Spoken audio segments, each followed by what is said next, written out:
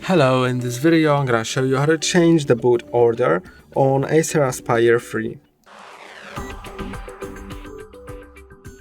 To do it, you need to be in the BIOS, which if you don't know how to enter, there is a video on our channel on how to do it.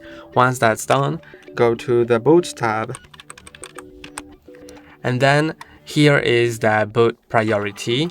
So I have only one boot option, but if you have more down here, you can just use arrows to point on the one that you want to change. So for example, now I'm pointing on the one because the white one is the one that's selected. And to move it up or down, click on F6 to move it up, and F5 to move it down the list. And the first one on the list will be the most prioritized one.